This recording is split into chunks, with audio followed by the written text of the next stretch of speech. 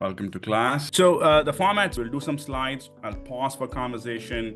We'll invite questions. We have two amazing speakers. One is Colette, who is a sort of a career CMO.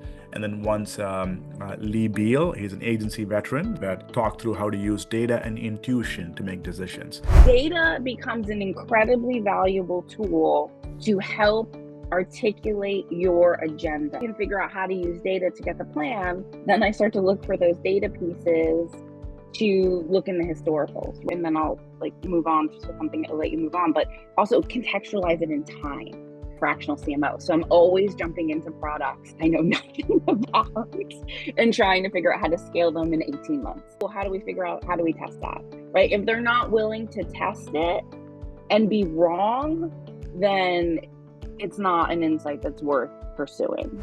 You know, an insight has got to be kind of actionable and scalable, right? And that insight can come from how media is working to, you know, the types of customers it's delivering, insights around channels. And again, there are insights by virtue of what stands out, what has scale. So the only thing you can do as agencies, as Colette said, is be proactive in terms of bringing tests to the table, hypotheses. That's our job as marketers. So let's start with some of the foundations of why we need advanced attribution. Consumer behavior has shifted significantly in the last 20 years, right?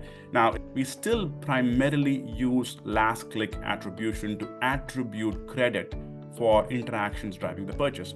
Now, what is kind of important to recognize here is that attribution has stopped being a causal signal for a long time. It's still a very valuable tracking signal and targeting signal. There are only two families of methods. One family is called incrementality testing. Another family is called marketing mix modeling. Okay, incrementality testing is classic sort of A/B testing or an RCT testing approach, randomized controlled testing approach. It is the highest quality of causal measurement that's available to marketers right now. But it is pretty episodic in nature, which means if you run a test, let's say last quarter, it's not immediately obvious how you would apply it to ongoing investment decisions. Modeling is a regression approach for understanding causality, but it also ends up in a similar situation where it is kind of a point in time. But how do you translate this into ongoing measurement? Is by using something called multipliers. This is a big operational unlock for all marketers. Every time you pull down a report, you can use this multiplier to report out the incremental estimate of impact to your business, right? There is this notion of triangulation. Now, the reason why this is important is because when you measure advanced attribution, using advanced attribution, be it MMM or incrementality, you will still end up with a result that's not exactly the same. Okay, therefore, all of this put together, you need a triangulation framework to be able to make decisions. Now, let's go into a use case. This is an actual brand, is a client of M Squared.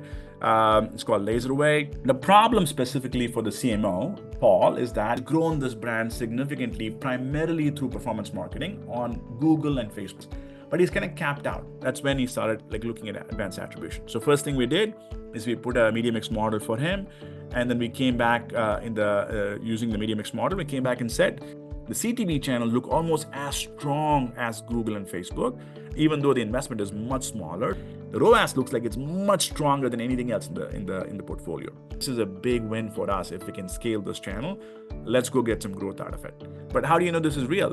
So we said, well, we'll test it. We'll go and set up a split test on search, a lift test on Facebook, a geo test on the CTV channels. So we put 5-6 markets for geo test, and we proved that there was about a 12% growth for the business at that kind of scale. Now with this level of data and validation for the decision, Paul now moved his mix entirely to much more mid-funnel, upper funnel, which is much more streaming, and cut down his search budgets. And now he's able to actually scale his business. Let's see if you have any questions. And I'm also thinking of the influencers that we may be bringing into this attribution model as well. Like, how do we reconcile that? Is there a need to get the multipliers even more granular to like campaign, customer segment, product category? Is there some sort of way for us to anticipate what the platforms might respond to our analysis?